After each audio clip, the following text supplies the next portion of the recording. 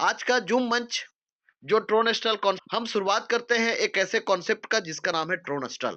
ट्रोनस्टल एक ऐसा कॉन्सेप्ट है जो क्रिप्टो करेंसी बेस्ड, एक क्रिप्टो करेंसी पर आधारित यह सिस्टम है और एक 100% डिसेंट्रलाइज सिस्टम है और ट्रोन के ब्लॉकचेन पे रन करने वाला सिस्टम है।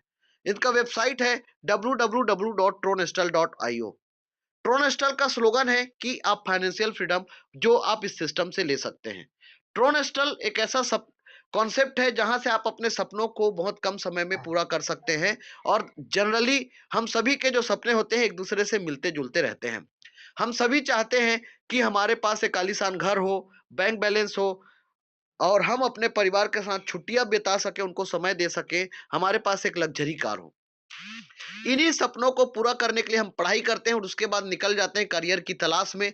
30 साल का उम्र ऐसे ही खत्म हो जाता है, मतलब जिंदगी का आधा जो जीवन है हम पढ़ाई में खत्म कर देते हैं। उसके बाद हमारे पास अपॉर्चुनिटी जो आता है, एक बिजनेस, एक जॉब और प्राइवेट सेक्टर या गवर्नमेंट सेक्टर।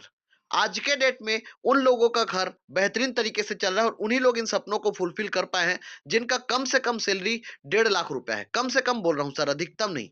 कम से कम जिनका शुरुआत सैलरी 1.5 लाख रुपए है, उन लोग लगभग इन सुविधाओं को फुलफिल कर पा रहे हैं। लेकिन हमारे भारत देश में 75% की अधिक की पॉपुलेशन ऐसे है जो 5-10 हजार से लेकर लगभग 30-40 हजार रुपए मंथली पे आउट पे लोग जीवन को काट रहे हैं, जी नहीं रहे सर। तो जीवन को यदि आपको जीना है तो आपको नेटवर्क इंडस्ट्री का दामन थामना पड़ेगा, क्योंकि नेटवर्क इंडस्ट्री के बारे में बड़े बड़े दिग्गज लोग जो ऑलरेडी आज के डेट में अरबपति हैं, उन लोगों का कहना है कि नेटवर्क मार्केटिंग एक ऐसा समुंदर है जो इस देश की अनएम्प्लॉयमेंट को, अर्थव्यवस्था को पूरी तरीके से ठीक कर सकता है। उसमें हमारा ट्रोनस्टल कॉन्सेप्ट एक ऐसा कॉन्सेप्ट है जहां से इन सारे सपनों को आप बहुत कम समय में पूरा कर सकते हैं, क्योंकि यह बदलते परिवेश का बदलता कॉन्सेप्ट है जो क्रिप्टो करेंसी पर आधारित है। क्रिप्टो का मतलब होता है छुपा हुआ और करेंसी का मतलब होता है मुद्रा। एक ऐसी मुद्रा जिसे हम छू नहीं सकते, महसूस कर सकते हैं। आने वाले समय में इसी वर्चुअल इकोनॉमी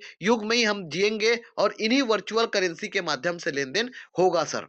तो यह बदलते परिवेश की बदलती करेंसी है। लेकिन हम इसके अतीत में जाकर देखें तो आज से 6000 बीसी पहले एक बहुत जटिल प्रक्रिया वस्तु विनिमय के थ्रू लोग जीवन यापन करते थे, जिससे बहुत दिक्कत होता था लोगों को। और धीरे धीरे इसे परिवर्तन किया राजा महाराजाओं ने। और यह दूसरा परिवर्तन था 19 बीसी में जब थोड़ा राजा महाराजाओं का युग आया तो उनने सोने, तांबे और चांदी के सिक्कों से लेन देन को शुरू किया, जिससे लोगों को काम आसान हुआ। लेकिन सोना और चांदी के सिक्का अधिक मात्रा में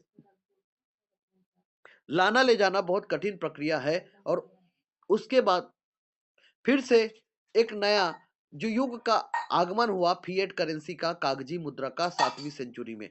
मतलब हमारे भारत देश में राजा महाराजाओं के युग का अंत हुआ और राजा महाराजाओं के युग का अंत हुआ और उसके बाद हमारे भारत देश में सरकार गठित हुआ और सरकार के माध्यम से लेन देन, सरकार के नियम कायदे कानून से सारा काम होने लगा। तो सरकार ने बैंक का निर्माण किया और पेपर करेंसी, कागजी मुद्रा का छपाई हुआ और उस कागजी मुद्रा से लेन देन होने लगा। तो जब कागजी मुद्रा से लेन देन होने लगा तो हमने देखा कि कागजी मुद्रा से आसान हुआ लेन देन करना। लेकिन यह कागजी मुद्रा मार्केट में नकली नोट भी प्रचलन हुए, जिससे बहुत बड़ा नुकसान भी हुआ।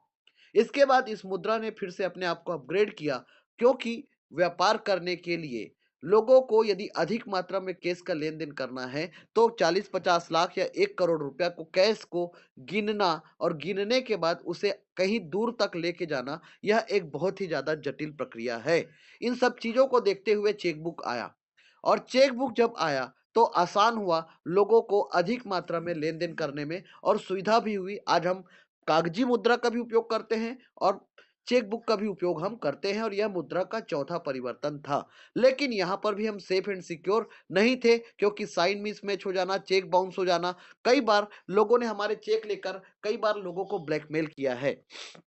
कई तरीके के प्रॉब्लम हम लोगों ने फेस किया और फिर से पांचवा परिवर्तन हुआ 1958 में प्लास्टिक कार्ड के रूप में। Plastic card, ATM card, ATM मतलब कंप्यूटर का युग आ चुका था, इंटरनेट का युग आ चुका था। तो 1958 में क्या हुआ कि बैंक के में लोगों के लेन-देन करने के लिए जब भीड़ ज़्यादा लगता था तो एटीएम का आविष्कार हुआ और हर जगह पर एटीएम लगा, हर गाँव के दूर-दूर शहर जो मेन-मेन जगह होता था वहाँ एटीएम लगा और 24/7 हम उससे पैसे का निकासी कर लेते थे और प्लास्टिक कार्ड के माध्यम से आसानी से हमें लेन-देन करने में आसानी हुई। लेकिन सुरक्षा के मामला में यहाँ पर भी हम सेफ एंड सिक्योर नहीं थे। एटीएम की रॉबरी भी हमने अपने आँखों के सामने कई बार देखे हैं और डेली कुछ न कुछ ऐसे एटीएम रॉबरी होते हैं। और फिर से यह मुद्रा ने परिवर्तन किया और नेट बैंकिंग आया, इंटरनेट बैंकिंग 1980 में। और 1980 में जब यह परिवर्तन आया, इंटरनेट और कंप्यूटर का आगमन हुआ, तो पूरा देश डिजिटल हुआ, पूरे लोग डिजिटल हुए, लोग आधुनिक तरक्की की ओर अग्रसर हुए और जिससे पूरा देश, पूरा विश्व आपके उँगलियों में, आप सेकंडों में बड़ा सा बड़ा और छोटा सा लेन-देन बहुत आसानी से होने लगा। कागजी मुद्रा, चेक बुक, एटीएम और नेट बैंकिंग हम सभी लोग आज के डेट में यूज़ कर रहे हैं। लेकिन जब पढ़े-लिखे लोगों का आगमन हुआ, तो पढ़े-लिखे लोगों का साइबर क्राइम भी हुआ। साइबर क्राइम एक ऐसा क्राइम है जिसकी वजह से आपके अकाउंट का पैसा आपके आँखों के सामने चोरी हो जाता है और आप कुछ नहीं कर पाते हैं। इसकी वजह से कई लोगों के पैसा अकाउंट से हैक हुए हैं और यह मुद्रा का 6वां परिवर्तन था और मुद्रा ने फिर से अपने आप को अपग्रेड किया और 7वां परिवर्तन के रूप में मोबाइल बैंकिंग आया। क्योंकि आज हम सभी के जेब में इंटरनेट है और कंप्यूटर भी है। एंड्रॉइड फ़ोन के माध्यम से, तो इन चीज़ों को देखते हुए पॉकेट में आपका मोबाइल को ला के रख दिया एपीआई के माध्यम से, जिससे हमारे और बैंक के बीच में यह थर्ड पार्टी का काम करते हैं, जिसकी वजह से इनको लाखों करोड़ों रुपए का प्रॉफ़िट होता है हमारे लेन-देन से। तो एक ऐसे पद्धति, एक ऐसे सिस्टम की तलाश थी, जहाँ पर बिचौलिए लोग खत्म हो जाए, अपराध खत्म हो जाए, भ्रष्टाचार खत्म हो जाए। हम जो नोट बनाएँ, उस नोट का कोई डुप्लीकेट ना कर पाए।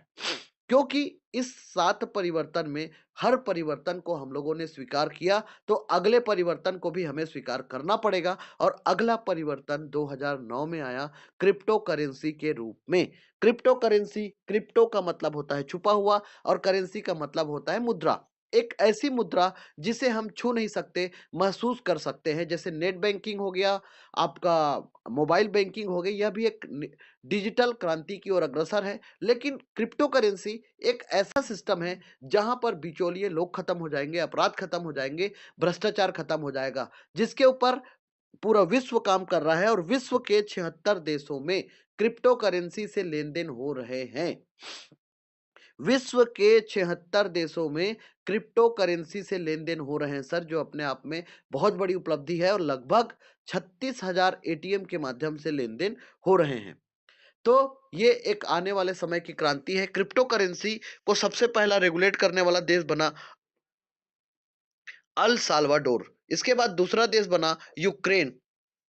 आज के डेट में 2-3 दिन पहले का न्यूज़ है, ईरान एक ऐसा देश है जिनने टोटल अपने देश में इस क्रिप्टो करेंसी को रेगुलेट किया और हमारे भारत देश की सेंट्रलाइज करेंसी सीबीडीसी भी बहुत जल्दी लॉन्च होने वाली है। तो धीरे-धीरे हर देश इसको अपना रही है और